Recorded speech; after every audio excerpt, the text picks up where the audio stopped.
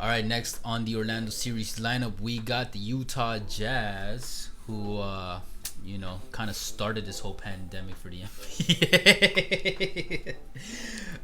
Erwin, what do you think of this version of the Utah Jazz, and what's the percentage you give them for winning the chip? Shit, man. If the previous version of the Jazz can shut down the whole league with one player, I'm like, True that. I'm like, damn, man. I want to see what this version does. but in all seriousness, watching these past couple of scrimmages go on, I do love the fact that you can clearly see that the chemistry of between Rudy Gobert and Donovan Mitchell have stayed pretty much the same. Maybe it's gotten even better. So that's definitely a good sign because that type of good chemistry on the court would be tough to have if these two individuals, these two guys, legitimately hate each other. So it seems like they have put past, their differences, whatever it was, with what occurred, with the whole thing with COVID-19, and with what Rudy Gobert did with the way how he acted. So that's something good to see. A lot of things to like with the Jazz. With their bench, they have one of the top scorers coming off the bench with Jordan Clarkson. That type of player. I mean, he never was suited to be a starter, but you put that guy on the bench, and that guy can go off on anybody. That guy can put 30 on you like on any given night, and that's something to good to have for your second unit. Um, but I like to say that's where like the good stops with the Jazz. Unfortunately, one of their marquee acquisitions that they got for the offseason, bojan bogdanovic. Unfortunately, he had to get surgery on his wrist, Out. and he is completely out And he would have for. been a key factor. He definitely would have been a key factor because, look, man, you can't sleep, man. Bojan, he scores over 20 plus points per game. That guy is a sniper from three, Yeah. has scored over 40 points. Very good efficiency. And Andrade, I don't know about you, man, but those type of players don't grow on trees. Nope. So that's going to be very tough for it to Especially replace. with a cool name like that. So, yeah, and we actually pronounced it right this time. I like to hope we did.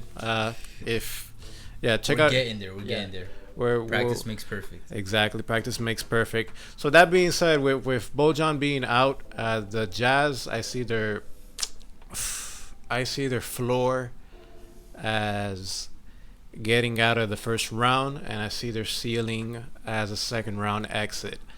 I don't think they're gonna get out of the first round. I think the way how, at the end of the day, this team right now is constructed is gonna go as far as Rudy and as Donovan Mitchell takes them. I am aware that they got Mike Conley. Yes, he's a good player, and it seems like from the scrimmages he does look good, and he seems like he's a little bit more aggressive, Yeah. on the scoring. I mean, if the Jazz are gonna advance as far as they possibly can in the playoffs, Conley's gonna have to step up. Okay, as a scorer, and like I said, he does look good on the scrimmage. And Rudy, and Spider, they have looked good in their scrimmages, especially on the pick and roll. If those guys show up, and I just have a feeling that with everything that's gone on with the coronavirus, I think Rudy and Donovan are gonna want to prove not only kind of like with everything the media is saying that hey, these guys are not getting along or whatever it is that, and they want to prove that they come to play, and I think they're gonna have a pretty good performance in the first round. And if those two guys perform well, I like the chances of getting past the first round. It's kind of a shame that Bogdanovic is not healthy. If he was, it would have been he could have been that final missing piece that they needed, To maybe push into the Western Finals. to make a push to the Western Finals. But I mean, yeah, that'll be my take. Championship wise, I give them a 10% chance of winning it all. Jesus. Dude, the West is stacked, dude. No, I know. I'm like, dude, just to get to the Western Conference Finals is a feat in itself, man. Yeah, yeah. But what do you think? All right, I give the Utah Jazz a 55% chance of winning the championship. So I think this is where we differ. For most of the guaranteed seedings, I'm already adding an automatic like 40 to 50% on top of it because they're already locked in. You know what I mean? So I think that's where maybe we differ. And maybe I'm being too nice by doing that. No, but I mean, at the end of the day, the question is to win the whole thing. Yeah. Not to make the playoffs. Yeah, I know. But that's what, like, I don't know. Making the playoffs is like about half the race. You know what I mean? I feel you, but I mean, once you're in the playoffs. Okay, but yeah, go ahead. Yeah, I get what you mean. And there's actually that'll be fun to see where people stand with that. All right, Rudy Gobert and Donovan Mitchell are obviously the duo that's gonna carry this team. Gobert is the reason that the team landed in the top 10 in defense. He's already won defensive player of the year twice. Yep. Might win it a third time. That guy is a beast on defense. Probably the best under the rim protector in the league right now. But you know, you need defense to win championships, but it can only take you so far. You need offense to take you there. Donovan Mitchell can lead the team, but again, if we're talking about this year specifically, he's a great future piece to build around. But I don't think he's gonna be enough to take him to the promised land this year. Him by himself, no. Hell no. And I'm a little iffy to see what Donovan will get this year, because last year in the playoffs, he was like straight. It was the year before that where he surpassed all expectations, and he was looking like a young D Wade there on the floor. You know what I mean? Like he was almost like a John Morant this year. Like that's what he was looking like 2 years ago. Like he was explosive, but then he could also shoot. And he was just like, he was so young and everybody was so impressed. And then last year, unfortunately, he couldn't tap into that same power per se. And I feel like with that chip on his shoulder after last year's playoff performance, I think we will get the spider that, you know, we're looking for. You know what I mean? He'll show up. And yeah. And then bojan out, a crucial player for them is going to be Joe Ingles. I know it's Ingles, but I just think Ingles to say, yeah, for real. He's a great player for the team, and if he stays healthy and he can play at his peak, he's gonna be vital to that rotation.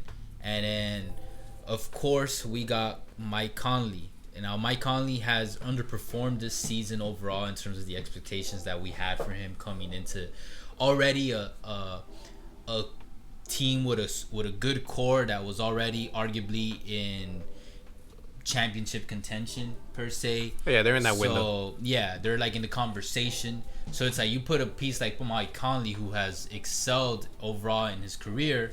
It's like, oh my God, it's almost like a trio, like a big three in a way. You know, Gobert, Donovan, and Conley. So Woj bomb. And damn, I lost my train of thought. Oh, okay. So it's up in the air to see. Conley could be the X factor if he can come in, and he was getting better towards the end of the regular season. If he can come back after this hiatus and he just becomes the Conley that we want and know he can be, like top performance, then this Utah Jazz might make some serious noise. It might be an unexpected underdog to make it to the Western Conference Finals. Like, my ceiling for them is the Western Finals. My expectations for them is first round exit, maybe making it to the second round. Like, other than that, yeah, that's just like where I would put them, because they're I don't know. I think they're just more of a team that has a future. But even then, I wouldn't be surprised if they keep hitting this wall over the next few years and then they end up breaking up. Like Gobert, I've said this before for other teams. Like Gobert is a player that if you put him on a serious contending team, he could push that team over the edge to win it all. Same with Donovan. But together in the Jazz organization, I don't think they'll go too far. And yeah, we'll see where it goes from here. And yeah, that's where I guess we stand with the Utah Jazz. They're middle of the pack. We have like a lot of these middle of the pack teams that, you know, we feel like have potential, but they're just like The thing there is, man. for now. The thing is, man. They're Andrade. They're in the West. That's kind of like That where is a what big affects thing. it. No, facts. Because there's teams like that in the East that are middle of the pack. But the thing is, the potential that they play in the East and the road to the finals is easier. Their championship window, chances and hopes. I'm like, damn, man. Yo, Woj is just tweeting like today, man. Why are you getting these Woj bombs? But it kind of makes that difference. The West is so stacked, and they had a good team going on, before Bojan got injured. Uh-huh. I would consider them, on the upper echelon when he was healthy. But now that he's not, they go back to the middle. Yeah, it's unfortunate that both LeBron and Kawhi decided to come back to the Western Hemisphere, and then that just kind of, yeah, because there's Utah, Nuggets, and even Rockets. If they were on the East, high chance of making it to the finals, and then we would be talking more like, okay, how would they perform in the finals? You know what I mean? Yep. You put them on the West, and it's like, damn. It's a dogfight. Sorry about that. But yeah, that's the Western Conference. Now we move back to the East.